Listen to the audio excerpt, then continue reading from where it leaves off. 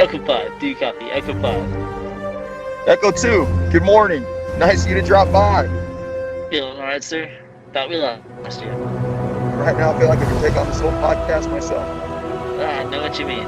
Ready to send that transmission to Echo Base? Yes, sir. R10, patch through.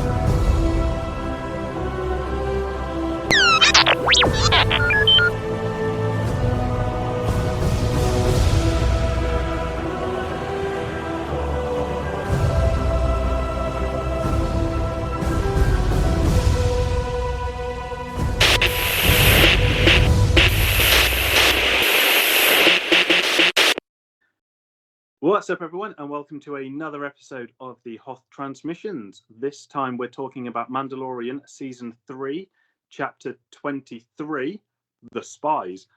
But before we get into the episode, remember to check out our Discord and for any other affiliated links, which we'll talk about later on. So, let's jump into it. All right. So we start the episode in Coruscant in a very good scenery, the underbelly of Coruscant, if you could call it that. And we have the first spy. So the episode name is called The Spies, and we have multiple spies, of course, and we start with the first one. And she is talking to an Imperial droid to the hologram of Moff Gideon, which is... He's back! We knew he was back, but we hadn't seen him, and we do. And it's Giancarlo Esposito, and in the further parts of that scene, he just chews it. It's insanely good. I love every single part he's in. He is one of those people you love to hate. Absolutely. It's his face for me, the fact that he can just say all of these lines without showing any emotion on his face. It's just like it's chilling how he does it. You know, I mean, if you meet him in person, like he's really nice. But in this, the fact that, you know, he controls every scene that he is in this episode in such a chilling way without the emotion being shown. His body language is insane. Like where he is taking over that shadow council, and like he's literally twirling, and you were just watching it like, oh my god. Yeah. Such a beautiful villain. It's amazing. Of course, we've got in the Shadow Council, we've got Hux Senior, which is weirdly played by Domhnall Gleeson's brother. Exactly. Which is great. Yeah, I think so too. I mean, if it was the real father, we would have Alistair Moody in the show, but we don't. That is true. Yeah, which is a shame for Harry Potter fans, but still, Hux Senior is played by Domhnall Gleeson's brother. And we also have Pelion in the Shadow Council, which we talked about in the episode that we recorded yesterday in the Tales of the Empire. It's his first live-action presence, and it was great. I really enjoyed it. I loved the Shadow Council scene as a whole. I mean, one, we get the mention of Thrawn. Yes. And then it was like, well, you know, where is he? And they're like, oh, it's, you know, it defeats the object of having the Shadow Council. And it's, well, okay, you know, you guys mean business. You know what you're doing. And the Long Live the Empire line just chills. It's beautiful. That is such a well done scene. And right now, our listeners are, of course, listening to this probably after the Ahsoka episodes. But when we watched this the first time around, Ahsoka was not there yet. We were getting the first clues with the trailer of Ahsoka that Thrawn is back. We were gonna get Thrawn back. So you have to keep it in mind that this was for us a moment that was of huge importance, significance, because we were getting the right hand of Thrawn in live action and his name being uttered in the Shadow Council. Yeah. Moment. To have that, and like you say, you know, the first proper mention of Thrawn before we've seen anything else was like, okay, this is. But so, you know, for those that have read the expanded universe, you know, all the books and everything about Thrawn, you know what kind of guy he is. So, you know, to have that first mention was like, okay, we as fans are in for something epic, because we knew previously that there was going to be the big sort of Avengers level team up movie. We didn't really know at the time what it was going to be about. So to then have this, the first mention of Thrawn, it's like, that's either going to be in Ahsoka only or the big movie, and we've seen where it heads. So it's going to be fun. We don't still exactly know where it will end up, but we have gotten live action Thrawn in Ahsoka this first season at least. Yes. All right. So after the Shadow Council, we are in the planet that I forgot the name of completely. What's the name of the planet? Oh my This god. is where Fluffy now goes through her notes and remembers that, you know, we've spoken about this a lot. How can I forget? Navarro. Thank you. Yes. So I was just waiting to see it. Yeah, so we're in Navarro. We've got Carl Weathers, rest in peace. Honestly, I'm just going to say this, and I know we've said it before, but I'm going to miss seeing him in future Mandalorian related projects. Yes. Like, you know, he's had such a character development. Definitely. And then, you know, for the actor, you know, to pass away, for Carl Weathers to pass away, it's sad. And, you know, it's not the first time that we've had recently a main player in the Star Wars, or a main player actor, pass away. But, you know, this is, again, he doesn't have a big part in this episode, but he's just so welcoming. He is. And it's not just a loss in front of the camera, but he had also directed an episode by this point. So It is going to be like his presence and the lack thereof will be really missed. He brought a lot of good things into the universe of The Mandalorian. He did. But so we're watching the episode, you know, all of a sudden we're sort of looking at the townsfolk, and then there's just the big shadow going over them. And at this point, you know, it could either be the reinforcements have returned or space pirates have come back. Exactly. And it was the reinforcements. Exactly. So we get the red herring because the droid comes in and it's like, the Imperial fleet! Ah! And then we get a moment and then we see the cruiser, and below it is a ginormous mythosaur emblem painted, and it's beautiful. It is so well done. It was the way that Carl Weathers, you know, playing Grief Karga, gave the line, though. It was like, one, you're wrong. That's not that kind of ship. It's this. Two, look at the bottom of it. It's like Mr. Sass, but I appreciate it. You know, It's really good. And you've got the, you know, the rest of the fleet sort of coming with and all landing. And I just want to say, like, the cinematography in this episode, starting off with, starting with Coruscant to then even the way that the Shadow Council was filmed to this point now. My God. I started, of course, like when I watched the episode, first I saw Coruscant and I was like, oh my. And then I saw the cruisers coming in. I was, okay, good. The moment I put down cinematography is insane in this episode is when they came out of hyperspace.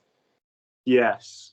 At that moment in my notes, it says cinematography is insane because we get a coming out of hyperspace view that we have never gotten before because we usually get the head-on view. Yeah. This was a different angle and it was so perfectly executed. But before we go there, we see Grief Karga welcoming Mando, giving him Coruscant liquor of some kind. But we then get IG-11. It's IG-12 now. It's IG-12. I just want to say, I'm not sure if that's how that works. Because obviously, you've got different IG models. Is there not already an IG-12 kicking around somewhere? You can't just. This isn't Iron Man. You don't take like one part and make a new suit and call it the next Mark one. Mark 1, Mark 2. Yeah, this is like just IG-11. But honestly, just on that front, Grogu, so cute, just pressing no. Oh, I squealed. I was like, oh my God, this is so cute. The way he pushed that yes button with every single step, that is a kid. We know that he's in his 50s. That is a kid.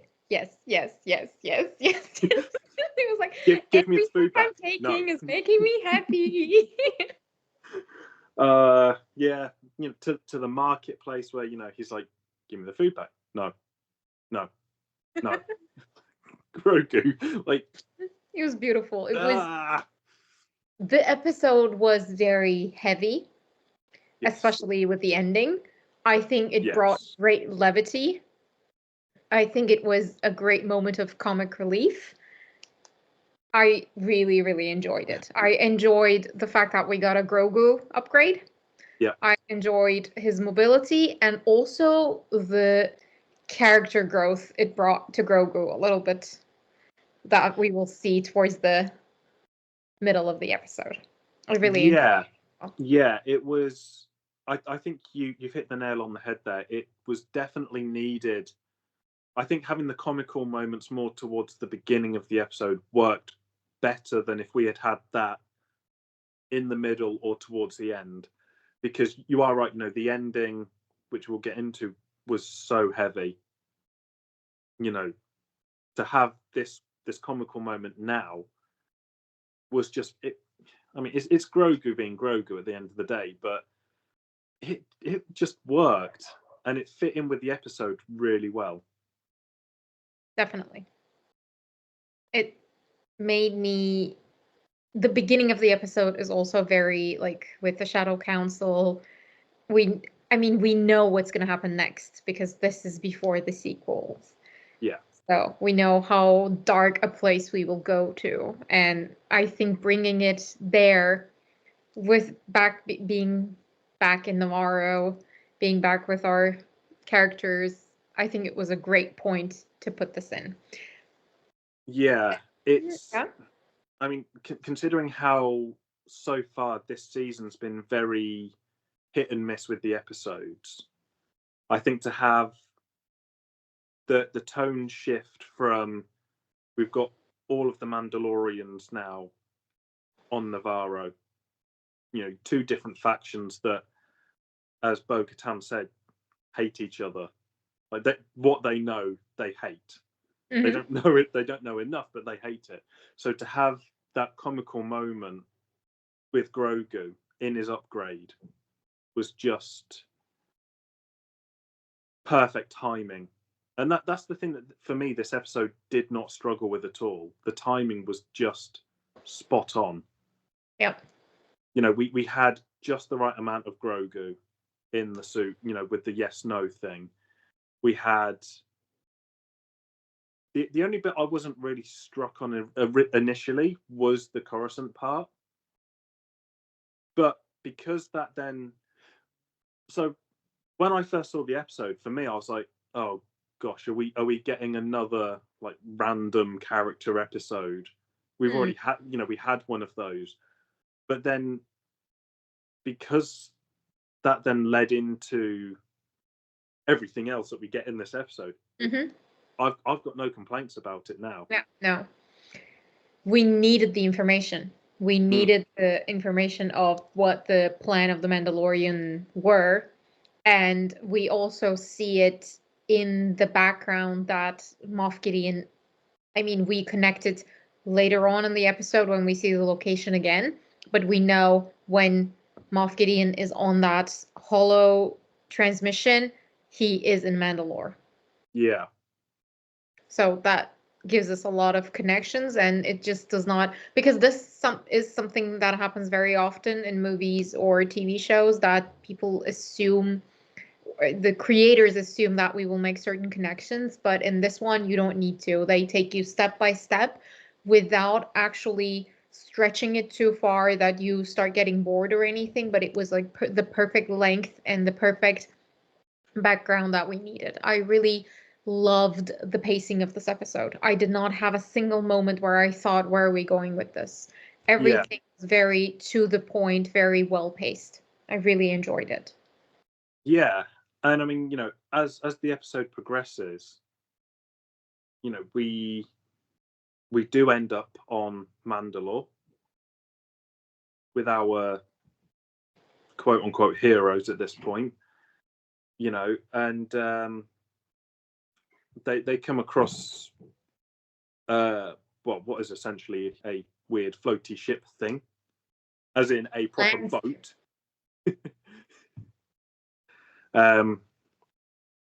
What did you think to the fight scene on board the boat? I'm calling it a boat. It's a boat. It's a boat. It's a boat.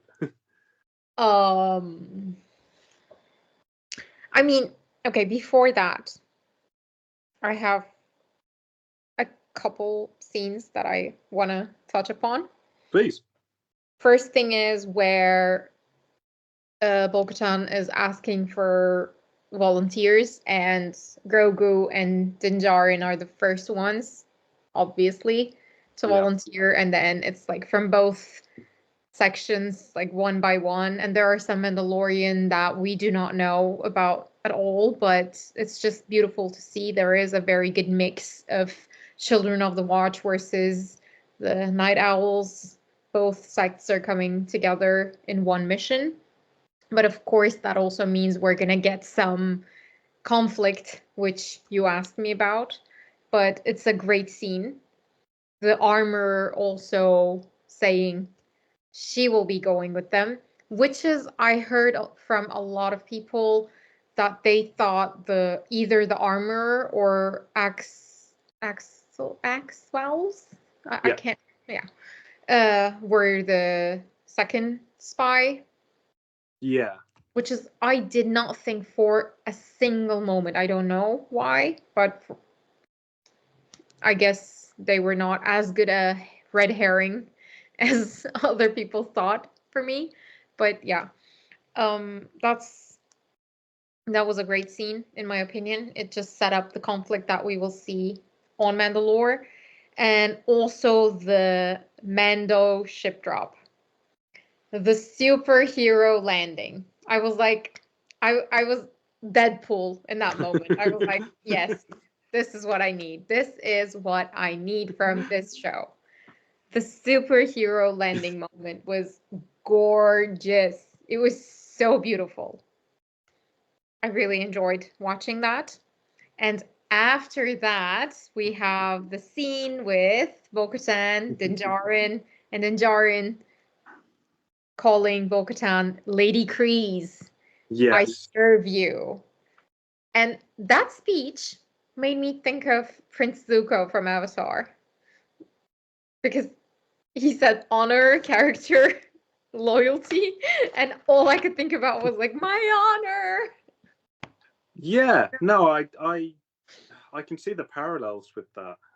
So, in this episode, I saw, because I wanted to see it, a lot of parallels to Avatar, The Last Airbender, the anime, and Lord of the Rings. We always say that with this season, though, don't we, about Lord of the Rings? Because we are in the mines. Yes. You're in the mines. Like, when you're in a mine, you're in Lord of the Rings. It's Mines of Moria. But yeah, those were the scenes that I really would like to touch upon really quickly, because they were really, really well made, and I think they brought a lot in terms of character development and in terms of cinematography. I think it was like very small things, but they made this episode one of the best episodes I watched in the show. And considering they weren't long episodes anyway, not episodes, sorry, long scenes, you know, they were what, like 5 minutes ish per scene, like build up if you break it down individually. But combine them and you've got this one epic bit of cinematography, bit of, amazing direction, lighting, everything that you would want for. I mean, this is like, for me, it felt like this should have been in a movie. Yeah, so, I mean, that valid points. Like, they are that, the next step of the episode was perfect. Again, I think the only word for this episode is just perfect. You've got the different Mandalorians now. You don't know if they're going to trust each other or kill each other. It could go in any direction, and it kind of does in a way. Once we've got the big "we will fight with you" moment. But yeah, so they come across. So when they're on Mandalore, they come across other Mandalorians that stayed, like they hid on the boat. Land boat. It's like the space Titanic from Futurama. Oh, beautiful analogy. Yeah. Yeah, so you've got surviving Mandalorians that have stayed on the surface of Mandalore. And again, it's like you've now got 3 different parties, really. Obviously, the land boat dwellers are still willing to follow Bo-Katan.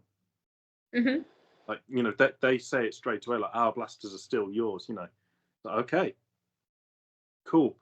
No idea who you are, but, I'm voting for you guys to win. That was one of the things I was like, how do you trust them? You've been through so much. How can you trust them? Yeah. But then, see, I saw that as if they've just appeared and they're willing to sort of help you out, take it for now, and you got the Darksaber. Like, whatever happens now, Bo-Katan, you are in charge. Like, this is your thing. I felt like she became way too peaceful in that sense. Like, she did not doubt them, even for a second. That was it I was like, bit, okay, she became too soft. Yeah, it was a bit against her character. I mean, I know that we've had some epic character evolution in this, in this season. But that was kind of the one step too far for me. It was like, you're too easy to trust these people. Mm-hmm. Like, you have no idea who they are. You've not recruited them. You've not found, they found you. Why are you now being all friendly? It's like, I didn't, that honestly was the one part that I didn't like as much, but still did not detract from the episode. My theory is that she already had way too much in her hands with regards to the other two sections of The Mandalorian, that she was like, hey, it's just, I mean, we will outnumber them no matter what. And I think she really, because we were all blindsided by the fact that Moff Gideon was in Mandalore with an entire troop of Beskar wearing stormtroopers. Yeah. So I think she really did not expect that. I think as well, maybe Bo-Katan saw it as the way of, all right, so if they turn on me, I've got two very, agitated sides behind me. But if I go down, they're just going to rip the land boat to bits.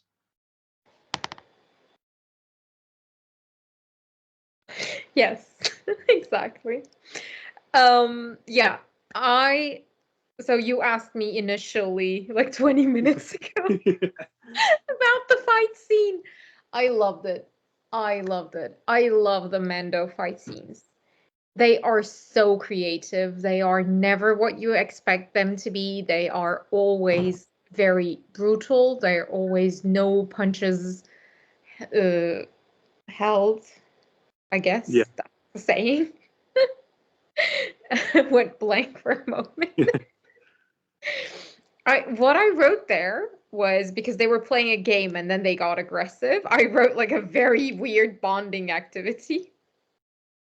I really enjoyed that. All I thought was Axel Wows is really stupid because Paz Vizsla is a tank. That dude is a tank. Yeah. You do not go there. You don't. I mean, thing is, it's like you've got heavy hitters from both sides. So you've got Paz Vizsla and you've got Axe Woves, and they are, I mean, literally one is a tank, one is a humanoid tank. The other one can handle himself quite well. Good at agility. Yeah, and I mean, you could kind of tell that there would be the fight between them when they was playing that game. Mm-hmm. But at the same time, the moves that were being used, again, they were very, they flowed. Maybe more on the Axe side, because he is more agile. He's not a tank. But so his moves flowed better, and I mean, it became like a knife fight that nobody won because a certain little green sir got in the way. Sir Grogu said no. Yep. No. It was so good. It was so good because right afterwards we get the dialogue and Bo-Katan says, you raised your apprentice well. And Din Djarin says, he did not learn that from me. And we get the Luke Skywalker not named there. We know what happened during his very brief training. Yeah. And it's great because a lot of people lost track of what happened because they did not watch Book of Boba Fett, or they did not connect the seasons somehow, but we got a 3-episode arc within that show just for Grogu and Din Djarin, for anyone who is not up to date. So I think it was great that we got that side of Grogu as well. Yeah. And the fact that he somehow had a physical presence to back that, thanks to IG-12. It was great. Yeah, it was.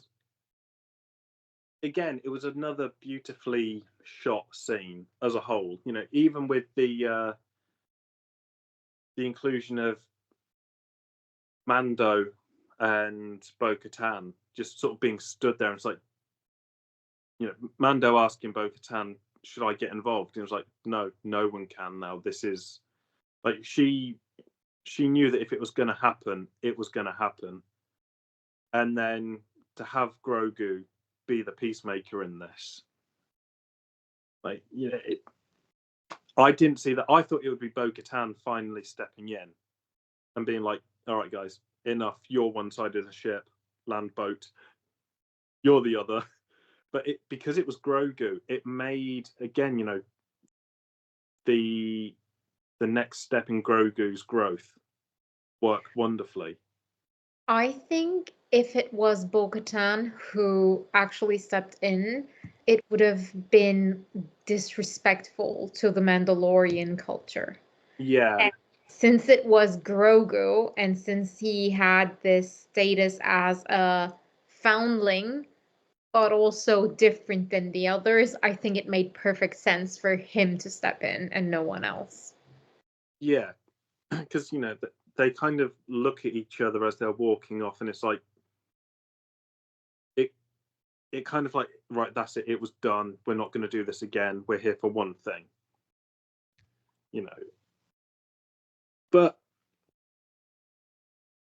I just thought that, you know, again, that scene was just really well done. And then, I mean, there's so much to talk about in this episode, and I've just realised that we're like half an hour in and barely scratched the surface of how awesome this is. This was a great episode. I somehow have a note that says, "What is that?" Oh, now I remember. I just wrote "What is that?" in all capital letters. Now I know. What was that monster that came out of the surface? Because it was not the mythosaur. We know that. It was kaiju of some kind. I think that is the only way that we can put it. But, you know, there was no explanation as to what it was. No. But then I think, for me personally, as a fan, I think if it was going to be the mythosaur, that would be a step too far. Mm-hmm. Like, because, you know, Bo-Katan's seen it. That was enough for the armorer to then start believing in what she was saying. You know, Definitely. if everybody then saw it, it would be, oh, okay. It would not have been as special if everybody saw the mythosaur. My problem, it's not even a problem, is that it's just out of nowhere. It's not explained, goes away very quickly. All I wrote in my notes is like all capital letters, "What is that?" Yeah. See, I tried to do some research on it, and I found very little. Mm-hmm. And I think the whole internet basically agrees that it's like, what was that? But for me, like, I don't need that explanation, because it's an alien planet. Like, the Mandalore is out there, you know, somewhere. It's a world that has had stuff happen to it, but you don't need to know everything about it. It's like, you know, on Earth, people are still discovering new things on a daily basis that have been there for ages. So in my mind, it was just more parallel to, okay, we've got this awesome looking monster that's just destroyed the land boat. I don't need to know anything else about it. It was kind of like, it was a plot device that may not have been needed, but I think was the right thing. I think it was, when you think about it as a plot device, it was perfect because it took out the means of escape. Yeah. And it also somehow trapped the Mandalorians exactly where they were supposed to be. So it was, as a plot device, perfect, but in a universe as vast as Star Wars, a little, like, too little explained. I For think, me, it was like very obvious. Like, we need something here so that they are trapped. yeah, I think it could have. The only sort of other explanation is it could be like a Forge Guardian. So obviously that's where they were heading to. And again, we don't know what creatures inhabit Mandalore. We've seen Mandalore before, but we don't know its complete biodiverse history. So for me, it was kind of like, all right, big monster, awesome. Maybe could have been mutated with radiation because of all the bombs and stuff. Wow. I'm using That's a big really words good today. theory. That's a great theory. But yeah, I think it could be some form of Forge Guardian that was, it kind of makes more sense if you think about it like that, because yes, it's still not got a name. We have no idea what it is, but it came out of the place where they needed to be. Yes, it's plot device, but why else would it be right there if it's not there to protect the one thing that is underneath it?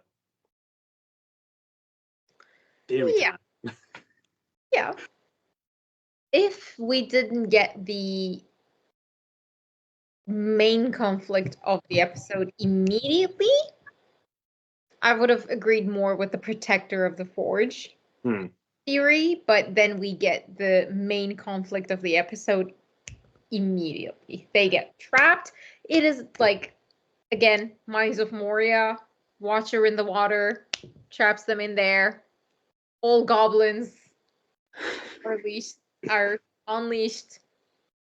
So it felt like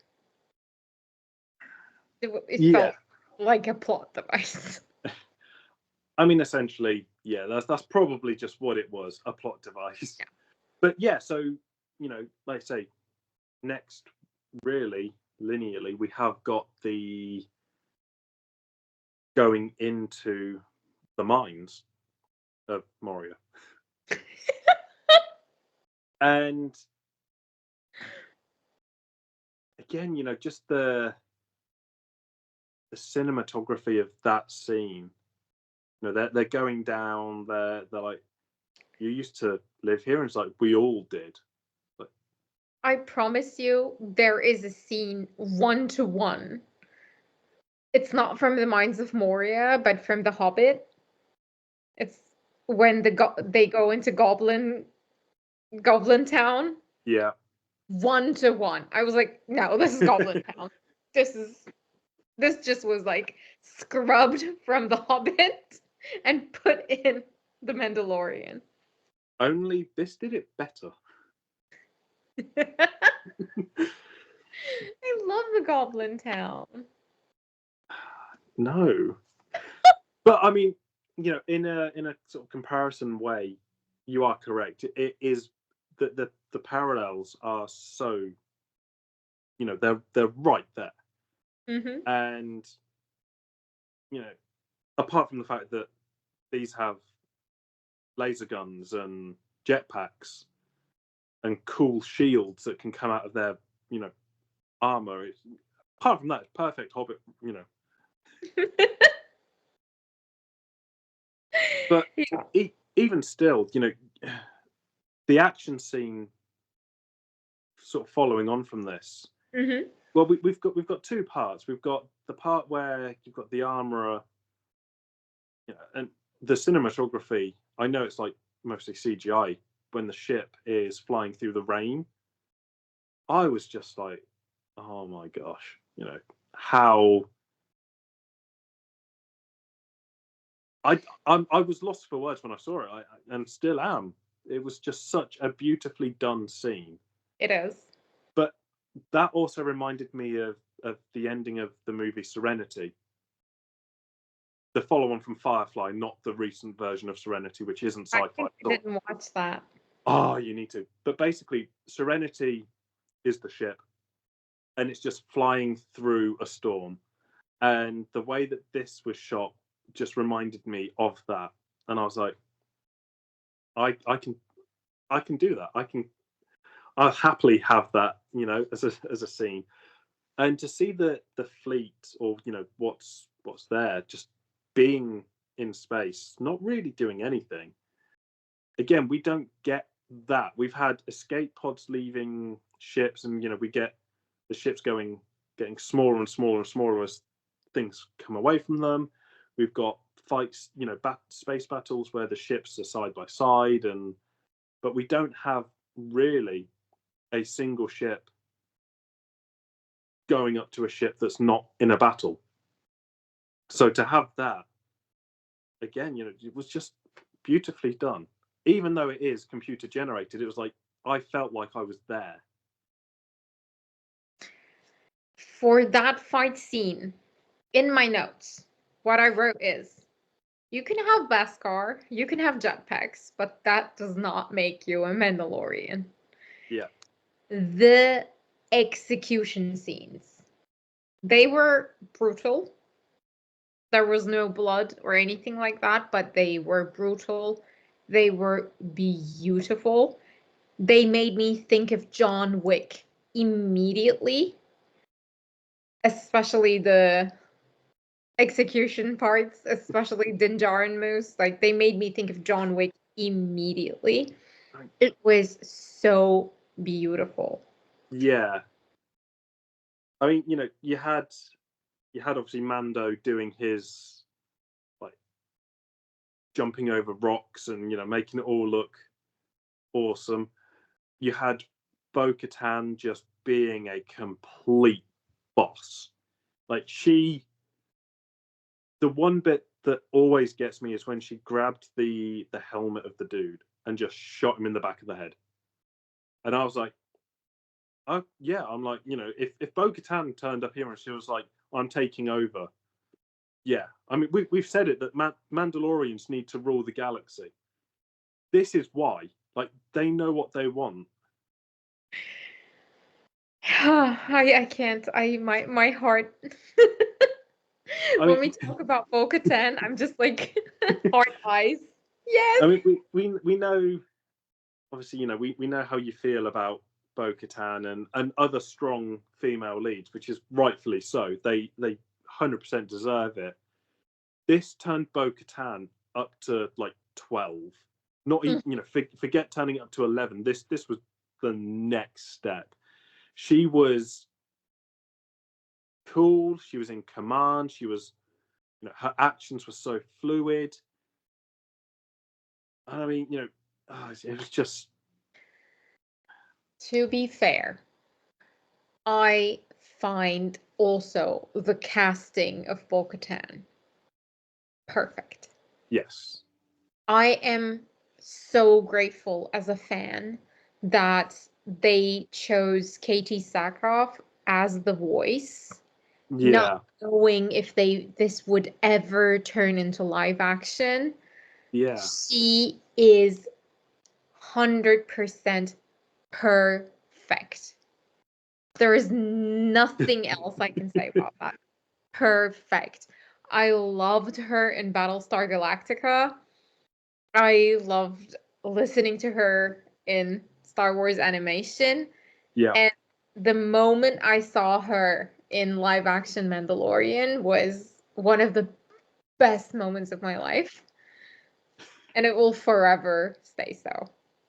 Yeah. I mean, obviously, like, partway through this fight, we've got the axe woves. He's like, somebody needs to alert the ships. And Exactly. he's like, I'm gonna fly off, and it's like, you've not got a chance. And we get that moment then when Paz Vizsla's like, I'll lay down cover fire, you go. Mm-hmm. Even though the two characters had the fight sort of, earlier in the episode. They were like this close to killing each other. Yeah. There's no, there was no drawn out apology, no arguing. It was just two different clans working together. We need to do something. Something needs to be done. Don't care who does it. It needs to be done. I've got the big gun. You've got the speed with the jetpack. And also, you are half my size. Also that. I'm not going to fit through that hole. But you've got a chance. And so to see that again, it's like the two factions are then coming together without realizing it. They are now there to do the job. Mhm. And again, it was just that moment of no apologies needed. They don't, Mandalorians, they don't care about that really. It's come Yeah. across, as we've seen in the episodes, they don't need to apologize. They don't care. They want to survive, and this is them surviving. That's also what I love about the Mandalorian. They are a people of very few words. They are a people of action. Yeah. And that's what we see all through the show. It's you never watch a Mandalorian character and be like, ugh, when is he gonna end with this tirade that it's like tangent? Never. Always 100% action. And the fact that we see that again in this, it's beautiful. I love it. Then we get Din being trapped, being It's separated. It's a trap, Admiral Akbar. I wish I could. And Moff Gideon descends with his armor, which is mind-blowing. That armor is just beautiful. Yeah, we got, so obviously, when we had the Shadow Council part, it was mentioned about the TIE interceptors and the TIE bombers and the guards. We never saw them up until this point now. So, we see almost at the same time the Mandalorians are seeing it, that how screwed things are going to get. But, there's TIE interceptors, there's bombers there. And it's like, where, why, what, when, how, who? And then you've got Gideon. Also, how lucky are we that we just talked about Tales of the Empire on the weekend? We know where the TIE interceptors come from. Yeah. Interceptors come from, and then we see them immediately on this episode for the first time in live action. I know. We've said it as well before that we don't really get anything other than normal TIE fighters in Star Wars. To have the interceptors and the bombers getting more light on them. Mm-hmm. I love the shape of the TIE interceptor. Me too, definitely. I think it's just like how the wings make it look awesome. They look much more aerodynamic than the TIE fighters. Yeah. When you see those wings and the shape, you're like, this is gonna be fast. Yeah. It's beautiful. I cannot, in my notes, I wrote TIE Fighter, and then I crossed it out, I wrote TIE Defender, and then I crossed it out and I wrote TIE Interceptor. It took me a while to get their name right. Yeah, but so so Gideon recorded that, and then we get this.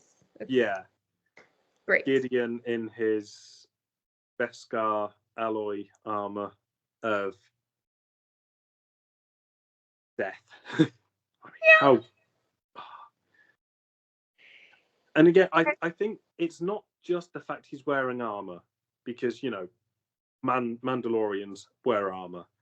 It's just how he commands the scene. Again, he chooses it. It's not just commanding. He just everyone else around him ceases to exist. Yeah. There is nothing else than Giancarlo Esposito on that scene, on that stage, and everything ceases to exist. It's unbelievable. The design of the armor, the helmet. Are those Darth Maul thingies like also what we see on the armorer, or is that some kind of a crown? I See, don't know. It's just great. I thought it was reminiscent of the Darth Maul-led Mandalorians I helmet, thought so too. but I think maybe in universe, Gideon's kind of turned it into a crown because he openly says, "Give me the Darksaber and tell me that the planet is mine." So he wants it. So to me, it was more of a crown on his helmet than reminiscent of the Darth Maul era, while being the throwback to that era. That's the thing. I kept thinking because the Moff Gideon that we know would he is so sneaky. The only authority that he would bend to is probably the Emperor. Everyone else is just less important than he is. So why would he take up the design that was meant for Darth Maul's followers? That's why I thought immediately that it's like a crown. Yeah. It was just, I think though, it was also made in that way so that we would think of the armorer in the red herring position of the spy. Yeah. No, I think that's a good way to look at it, as a potential red herring for the what's left of this episode. Yeah, I got to agree with that actually. But yeah, so Moff Gideon flies off after taunting Bo-Katan a lot, and she's like, no. Mm-hmm. She's not having it. She uses the Darksaber in a very reminiscent way of Qui-Gon. Thank you. Sorry, I got high pitch again. Whenever we talk about the Phantom Menace, I'm just gonna wee. The only time the Darksaber is actually used in the episode is a parallel to the Phantom Menace, and it is to enable the escape of the Mandalorian. Yeah. It is not the purpose that was intended for the Darksaber. It also gives the Darksaber a new meaning, in my opinion. Yeah, definitely. She was using it as a means to escape, to regroup as well. And I think for me, seeing a scene like that with a weapon that shouldn't be used like that was very, very well thought of, in the way that it is this now symbol of unity and hope that is bringing everyone a way out. But Paz Vizsla,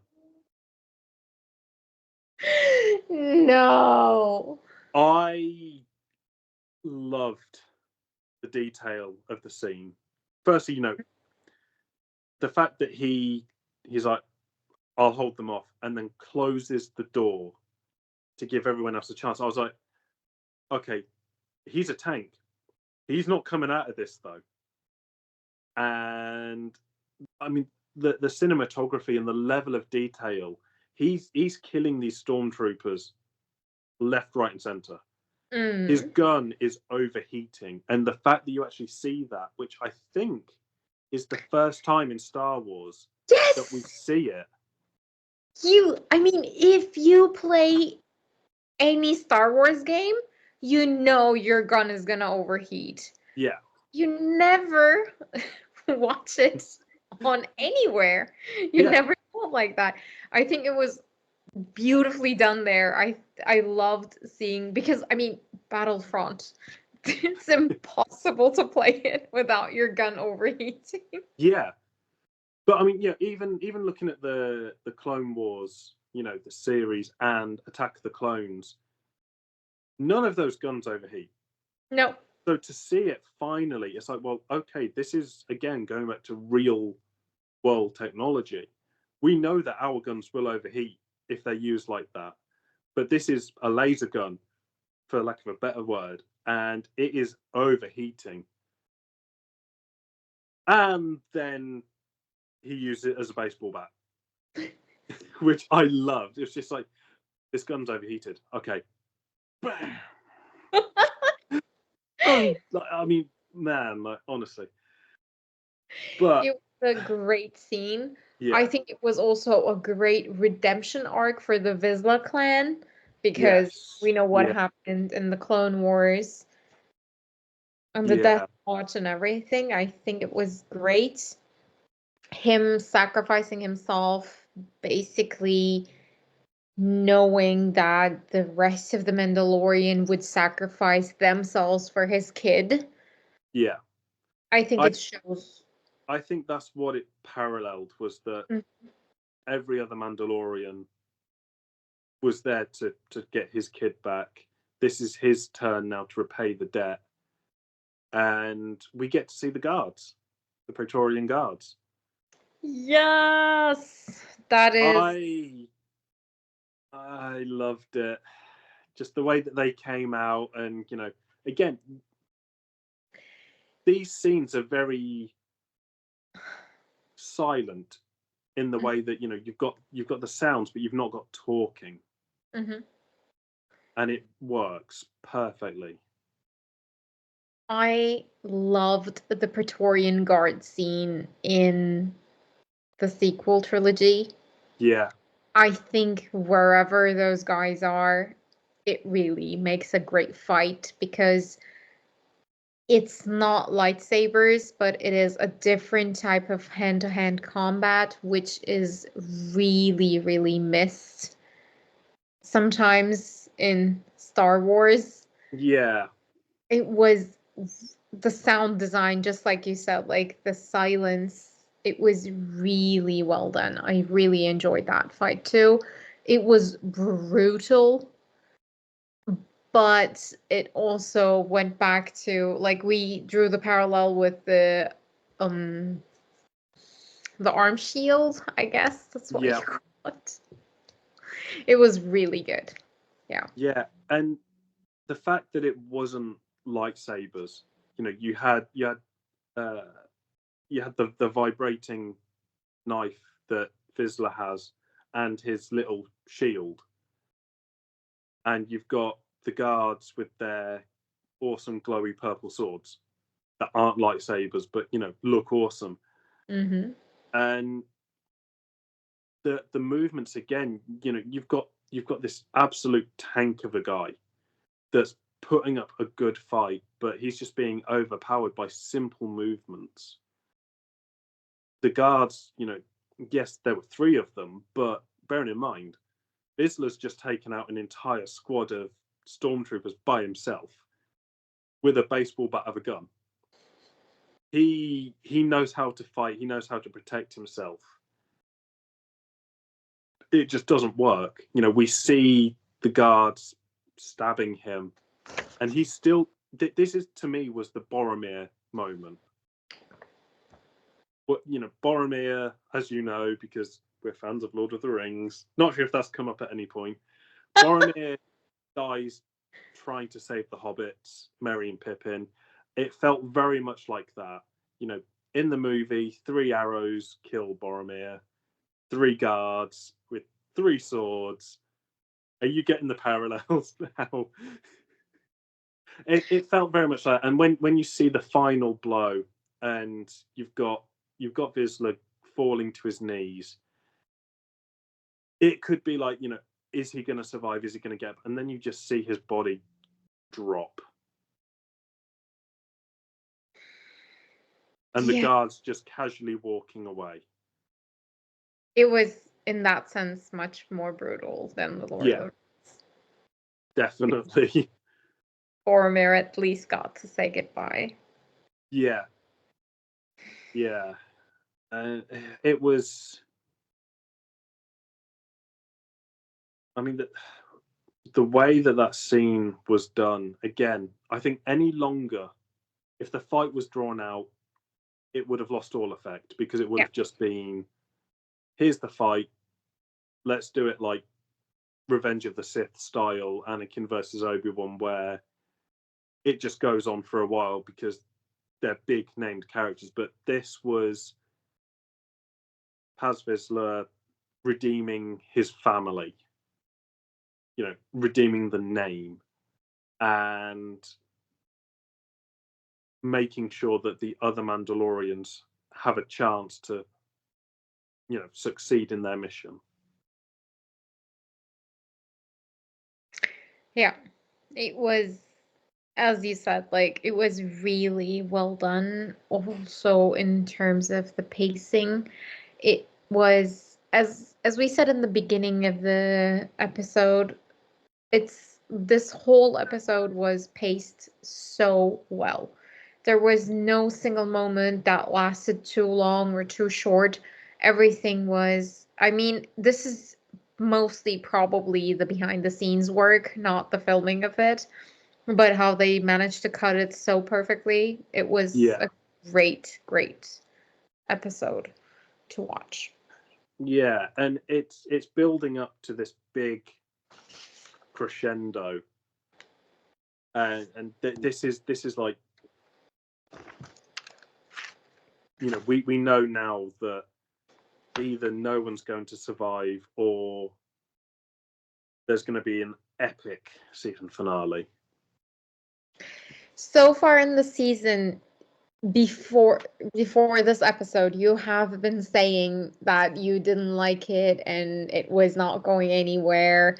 Was this the episode that changed things for you? Yeah, definitely. I mean, the last week's episode started to make me think, like, okay, it's a season that's quite all over the place. Obviously we had the cancellation of one show, which kind of was brought into this one. But this is the episode that was like, this is what I thought Mandalorian season 3 should have been. It's a shame it's like, one episode away from the end. But we got there, we slugged it out, stuck by it, and we've got this perfect Star Wars episode.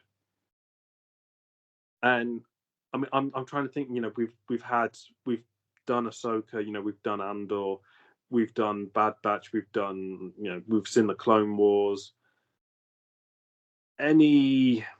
I don't think, in terms of pacing and cinematography and acting level, I don't think there's an episode in anything else Star Wars related that beats this. This is like the pinnacle. And for me to say that about, how bad I thought the rest of this season was, I cannot believe it. I mean, thing is, it's not even a finale episode, which makes it. I cannot believe what you just said. Are you genuinely in shock over the fact that I like this episode? I am. I mean, I love this episode, but for me, nothing will ever come any close to the season 2 finale of The Mandalorian. You see, as a scene, Luke's arrival, perfect. As an episode, no. This beats it, because you've got all the different elements of sort of, every other episode that we've been through is now coming into this. Even down to the music at the end. You've got the Mandalorian theme, but it's more solemn. Because obviously, a heavy hitter now has died in the show. We've got a more depressing version, for lack of a better phrase, of the main theme. And having every element like that, you know, cinematography, acting, script work, because again, you know, script work is a big part of this. We don't really mention it that much as such, but everything came into one perfect package in this. And for me, as you know, my own opinion, this is the pinnacle. This is like not only the best of Mando, but the best of every show that we've had. I respect that. I disagree with it, but I respect it. No, you might be right. You are a much fairer evaluator in these kind of things. I am very emotional when it comes to all of this, because when I think about it, the first moment I saw Bo-Katan in live action, the first moment I saw Ahsoka's lightsabers ignited in the live action, and the moment I saw that lone X-Wing in that security cam, with the 5 stripes on the wings. These 3 moments made the entire Star Wars universe for me yet again.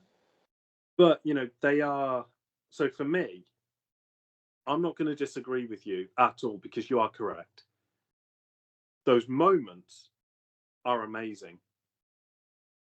But that's all they are. They're moments. They don't make the entire episodes. You know, it's not an episode of we're following this random X-Wing that we blatantly know whose it is because of the markings. It's not an episode of Ahsoka very, very, very slowly igniting her lightsabers for 45 minutes, because that would be crazy. I would watch it. I would watch that. I would watch an entire lightsaber ignition video for 45 minutes. I just had this weird thought of like Rex appearing in the corner of the screen saying, "Ahsoka, are you really going that slow?" I'm don't. That would Dave make Filoni, by the way, if you listen to this, please do this just for Fluffy. Do it animated. We don't care. Just please. I mean, it's like they're taking the hobbits to Isengard. I would watch it. Please do. But, you know, so for me, those moments that you mentioned are perfect moments. The reveal of Bo-Katan in live action, the lightsabers for the first time, the X-Wing and Luke appearing. But, like I say, for me, they don't make the episode. Whereas this episode, from start point to, you know, once the end credits are finished, everything that happens and everything that has made this episode makes it perfect as a whole, which is why, you know, that, like I said, it's, to me, the perfect Star Wars episode. Yeah. When I look at it from a much fairer perspective and take away my emotional lenses, my heart-shaped glasses. You're right about that. It was a great episode, but the season finale. What? I was just in shock that you agreed with me. I mean, you are not talking about killing children for her. There we go. And we've come back to Order 66. Sam's favorite. I am glad that there wasn't any callbacks to that, or, you know, any other history between the clans or anything in this episode. It was, again, I think pacing was just so well done in this. Mm-hmm. There was no flashbacks, and I think there was no need for one. I think the conflict between the two sects of Mandalorians has been established so well within the season, where we thought sometimes like, where is this episode going, and so on and so forth. We've had those moments within the episodes themselves, but at the end, as the end product for episode 7 of season 3, I think we've had enough. We did not have to go back. We did not have to have a flashback. We did not have to have a montage of whatever. It was great. Yeah, because even even the scene on Coruscant at the beginning, like I said, for me it was very much a case of, on first watch, oh dear, have we got another filler episode? And that's just because it's got nothing to do with the fact it was Elia Kane. As a character, I like her. She's very hard to understand what angle she's on, and then looking at the title, it's like, okay, makes more sense. Mm-hmm. For me, when we had the reveal, which we knew probably was going to happen anyway, but we had the reveal of Moff Gideon as a hologram, it was like, all right, so this is now kicked in from sort of way over one side to going in completely a different direction. And then we had the peace and tranquility of Navarro shattered by the big shadow. And again, it was like, okay, so is this either Bo-Katan coming back, or is this more bad guys, quote unquote? And it's like, okay, so this is now like everything to me. I think also, for example, with the episode with the pirates and so on, like we had a lot of good storytelling in the beginning where we thought it did not make a lot of sense, or other things might have been done, but I think all of those paid off really well in this episode, because all of those moments, like the huge shadow of a ship, we were like, are those pirates again? Are those bad guys again? So it made us ask these questions, and I think it paid off really well. Could it have been done better? I'm not the person to say anything about that, but I think especially in the last 2 episodes of the season, it pays off really well. Yeah. And I personally, I think that's where the season's gone wrong as well. In the way that it's taken us 7 episodes to actually get to the point. Like, we knew this point would be coming eventually. It's just taken 7 episodes of, basic filler. What would you have done? I don't know, because I'm very much not a screenwriter. I have no qualifications in anything to do with. What would you have liked to see then? That is a better. I like that question more. Maybe more of Bo-Katan, to be honest. Like her. I know that we've said it on here previously that this season's kind of become more of her story as well. Mm-hmm. I would have liked to have seen more of that, more of Din Djarin and Bo-Katan trying to find other Mandalorians, getting them to follow one person again, instead of like the pirate episode. While the pirate episode was good for what it was, it wasn't something that was necessarily needed. And again, it's very much like the Pershing episode. Was it Pershing? The one that was on Coruscant. The Doctor? Yeah. Mm-hmm. Yeah. That again, for me, just, we know why it exists, because it was partially the backdoor pilot for the cancelled series. Mm-hmm. I just don't. I think once they'd cancelled the series, maybe have that episode inserted into other elements of Mandalorian. So have it as like a B story per episode. Yeah. The post editing might have been different considering the fact that we lost an entire series in between. Yeah. Mhm. Yeah.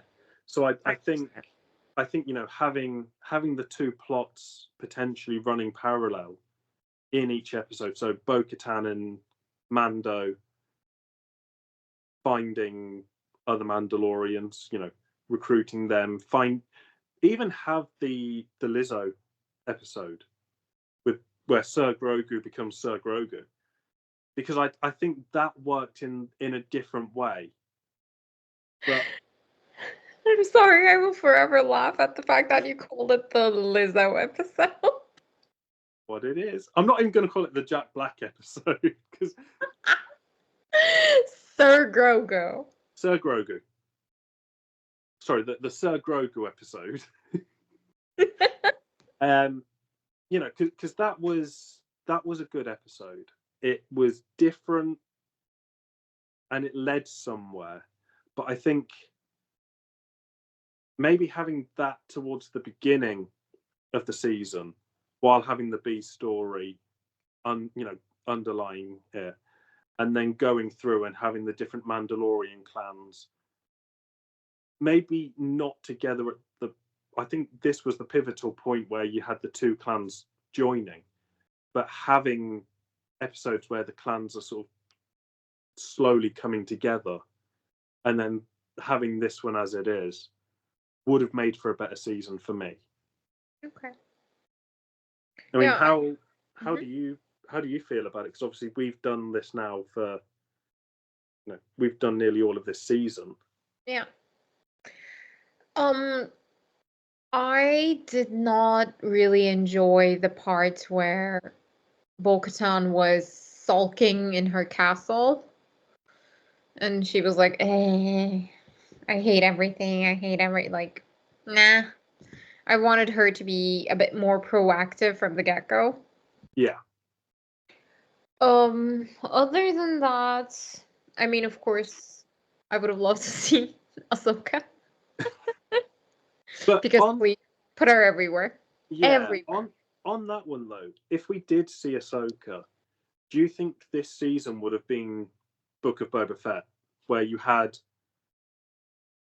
what was it, 6 or 8 season episode season, and really it became Mandalorian 2.5 halfway through? And I think if we had Ahsoka in this, it would have very much gone the same way. Exactly. Now, you are very much right about. You are the voice of logic here. For me, please just let me see her. Please give me more of her. Yeah. That's it. Other than that, again, I mean, I did not dislike the previous episodes as much as you did. I thought they were just filling in the universe a little more. Did it have to last this long? Did it have to necessarily happen in Mandalorian season 3? These are all questions that I don't have answers to. I understand the concern there as well. You're very much right about the fact that we got a very good Mandalorian episode in the 7th episode of the season, which consists of 8 episodes. It's like waiting for Game of Thrones episode 6, 7, 8, where it's gonna be like mind-blowing. And then that was very similar in my opinion. But I think this is the current mold of TV making at this point. Yeah. And I mean, don't get me wrong, the payoff is definitely there.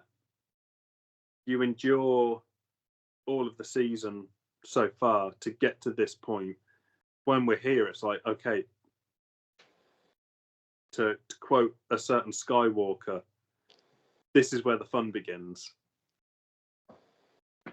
A certain Skywalker. Well, I'm not going to mention him because, a certain order exists as well that he was maybe part of. Total propaganda. Come on.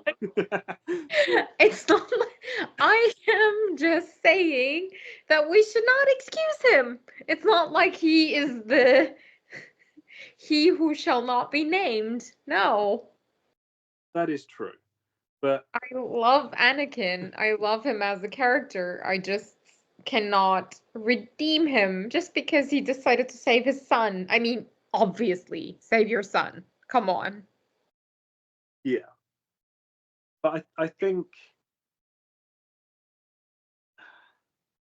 I just think this season could have played out differently as a whole, while keeping the core premise there, i.e., the growth of Bo-Katan. Even when you mentioned you didn't like the parts where she was sulking in her castle, I thought that was a perfect introduction to her in this, because obviously her home has been obliterated. She's not exactly going to be wanting to throw out the welcome mat and have tea and crumpets, because I'm British and I can say that. other food and drinks are available in the world. But so it was very much a case of, like, if this was more her growth, that was a perfect place to start. It's like I say, it's everything else that's happened within this season could have been done differently. Okay. I see your point. I will not agree with it, but I will see it. I will accept that. But no, I think that's personal growth happening on the podcast as well. I think that's the wonderful thing about Star Wars, though, is that really, apart from the movies where it's very much this happens for this, for this, for this, for this, for this, the series that we've got have been able to be interpreted in different ways by different people. So while I liked the moping around Bo-Katan, you didn't. Does that make either of us wrong? No, because my likes aren't the same as yours, which I think is the best way to look at it. Definitely. And this episode, for me, like I say, was the perfect one. You've got perfect moments in episodes, which again is that's perfectly all right to have. Definitely. You are very much right about the fact that it would be very on character, and it's also a great starting point for Bo-Katan for starting the season. And for me, the Bo-Katan that I want to see is like, let's get this thing done. Yeah. That is what I want to see. Yeah, and I think it depends on what kind of glasses that you wear looking, going into this, because again, we've mentioned that I really did not like most of the episodes prior in this season. It felt like filler. If I wanted to see filler, I would rewatch Dragon Ball Z. Wow. The filler episodes in that, just to clarify, I love Dragon Ball Z. I love all of it, but there are a lot of filler episodes in that. You are shooting shots at a lot of people right now. No. So what I meant was purely that in Dragon Ball Z, between the arcs, there are filler episodes. I know. This felt, up until this point, felt very much like a filler season. And bearing in mind, again, sort of, for me, we had the Book of Boba Fett, which was more Mandalorian 2.5 than Book of Boba Fett. That kind of was the start of the downfall to this, because if I wanted to watch the Book of Boba Fett for what it was, what we actually got was something completely different. It was just a couple of episodes. Let's not be that dramatic. It was half the season. Plus, the fact that we had an entire episode of Book of Boba Fett that was Mandalorian. Like, let's not. I know I'm being minimizing. Okay, got it. I am being overly dramatic about it, but I didn't want to go into Mandalorian season 3 with that same impression. You're right. I mean, we have watched 2 seasons of Mandalorian, and it ended with Luke Skywalker taking Grogu away for his Jedi training. We deserved better. And it should not have been an episode or 2 inside the Book of Boba Fett series, but it should have been a part of Mandalorian season 3 or whatever else. I agree. I think even that episode of Book of Boba Fett, which was more Mandalorian, should have been in Mandalorian season 3. That would have made a far better episode in that, where it ties up the loose ends of the end of season 2. Maybe, you could have had Ahsoka in there as well with Luke. So keep the episode as it is. Just have it in the Mandalorian. Keep the Book of Boba Fett as Boba Fett, not including the other characters. Yeah. So like I say, to then get to this episode and have it as perfect as it is just it was crazy. I was not expecting it because for me, and again, shots are going to be fired. I'll probably be fired. It just felt. It felt, this season felt so slow. It felt painful to watch. I didn't like rewatching the episodes, let alone the first time. And then, like I say, to get here, this was where the tone shifted. And obviously, we had the TIE interceptors and TIE bombers as well, which are the best ones.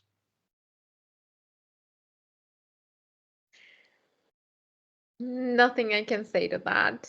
We definitely see these, I think that's what makes our discussions really good. We see the whole thing from very different points of view. For me, every single moment I get is like, yes, there's more. Thank God. And for you, it's like, I want quality over quantity, which is a very, very valid point of view. For me, I look at everything as romantically as with the rose-colored glasses. So, props to you that you are keeping your head on. You are like, I watch these very critically. You have very fair evaluations on these things, while I'm just like, just give me a lightsaber ignition scene and I will talk about it for 45 minutes. So,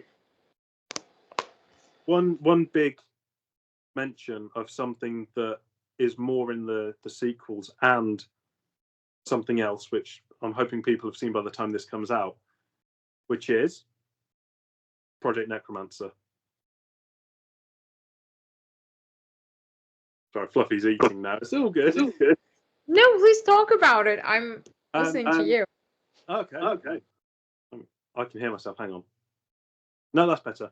So, Project Necromancer was the kind of plot device of episode 9. It was also so we've had this knowledge now from the beginning of the Mandalorian series that this thing exists, and it ties in with the sequel trilogy. It also ties in now with the Bad Batch, which, spoilers for those. I'm not up to date. See, I cannot talk about it. But I'm not going to mention it in detail. But it's mentioned in the Bad Batch as well. So we've now got these two words. So Project Necromancer as these two words that now span from sort of New Empire era to the sequel trilogy. And for me, again, like picking up on little details like that is just amazing that they've managed to keep it going for so long. Okay. That is, I just wrote Project Necromancer because of its connection to the sequel trilogy, but great to know that there is actually other connections to it in universe. Yeah. I will hopefully be up to date everything Bad Batch within the next 2 weeks. But yeah, I'm looking forward to seeing that. I'll remember that you said this. Yeah, it's an interesting thing to see, like how they use it throughout the entire. I'm going to go with like 3 different Star Wars projects now. So, starting off in Bad Batch to then go to the Mandalorian to then go to the sequel trilogy, to see how they've done it. And I very much believe, because obviously this is Mandalorian's between episode 6 and episode 7, so there's more to this story with those 2 words that has to happen. And I'm very much intrigued to see how they're going to carry that one on, because obviously we know the outcome of it. We know where it leads. Yeah. So to see it sort of come into its fruition is going to be incredible. Definitely. I hope because in the sequel trilogy, when we got the movie, we did not have this background information. Yeah. Only the people who actually read a lot in the extended universe knew the possibility. For us, at least for me, it came out of nowhere. Yeah. I had no idea. So to have this background information filled in is going to be great. Yeah, and I think as well the fact that it does connect, like I said, the different eras. It shows how forward planning backwards this has all been. You take what was a interesting plot choice in episode 9 and just start filling it in. But it for me, and when we come to reviewing the sequels, it gives me that better appreciation. It's not just Palpatine's back. Well, how? No one knows. It's right. So now I know the build-up and the story. I can appreciate the movies better. For me, it's going to be like the reveal of Vader being the father of Luke, in the way that wasn't expecting it, but it's like a key thing now. And yes, you've got storylines that now fill in that gap, but essentially you've got the core thing. And to have then this project being filled out, it gives me that same kind of vibe that it's not just a plot device. It's there perfectly fitting in within the worlds and essentially completing a character arc. So that concludes this episode, which we've had very interesting views on. We've analysed it. We've had our agreements with parts of it, disagreements.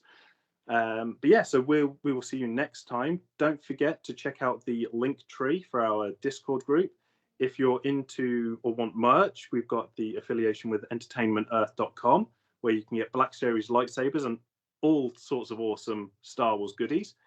We've also got our own t-shirts and merch that you can get, which, you know, definitely recommend getting. It is super comfortable as well. I have a t-shirt or two. I love wearing it. So yeah, we will see you next time. And remember, this is the way. This is the way.